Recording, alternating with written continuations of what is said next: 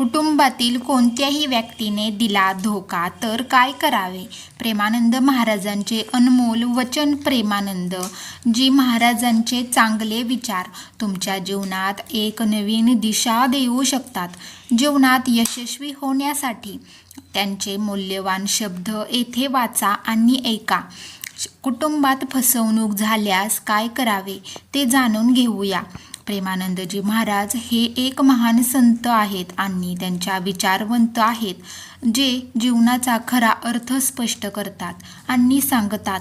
प्रेमानंदजींनी मूल्यवान विचार आपले जीवन सुधारण्यासाठी आणि संतुलन राखण्यासाठी मार्गदर्शन करतात. जर कुटुंबातील एखाद्या सदस्याने फसवणूक केली आणि त्यामुळे नाते बिघडले तर काय करायचे हे प्रेमानंदजी महाराज सांगतात.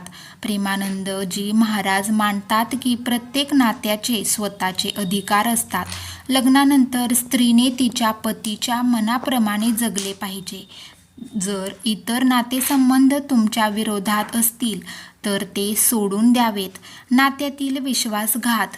कोणतेही नातं ही विश्वासावरच टिकतं हे आपण नेहमीच ऐकतो आणि ते खरं आहे. नात्यात विश्वास नसेल तर मात्र नातं डगमगायला लागतं. त्यामुळे कोणत्याही नातेवाईकांकडून वा अगदी पती वा पत्नीकडून विश्वासघात झाला तर सर्वाधिक त्रास होतो. यासाठी प्रेमानंदजी महाराज यांनी आपल्या प्रवचनामधून आणि काही महत्त्वाचे प्रेरणात्मक असे सल्ले दिले आहेत. ते आपण जाणून घेणार आहोत. आपल्या रोजच्या आयुष्यात याचा वापर केल्यास त्याचा फायदा होऊ शकतो.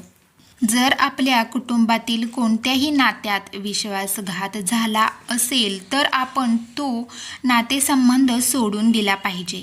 आपण आपल्या पतीला अनुकूल परिस्थितीत आधार दिला पाहिजे आणि प्रतिकूल परिस्थितीत धीराने त्याच्या पाठीशी उभे राहिले पाहिजे.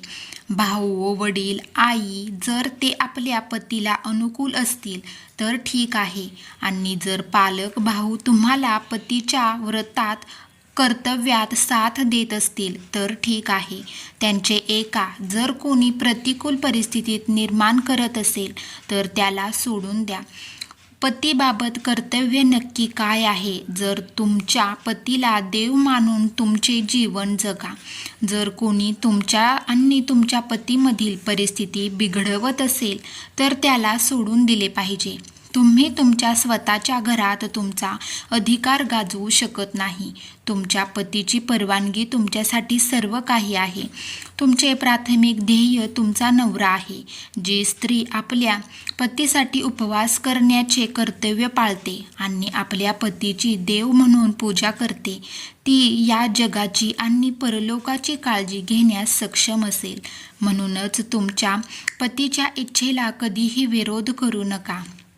पती तुमच्या कुटुंबासाठी काम करतो आणि तुमच्या कुटुंबाला स्वतःचे मानतो, ही त्याची उदारता आहे.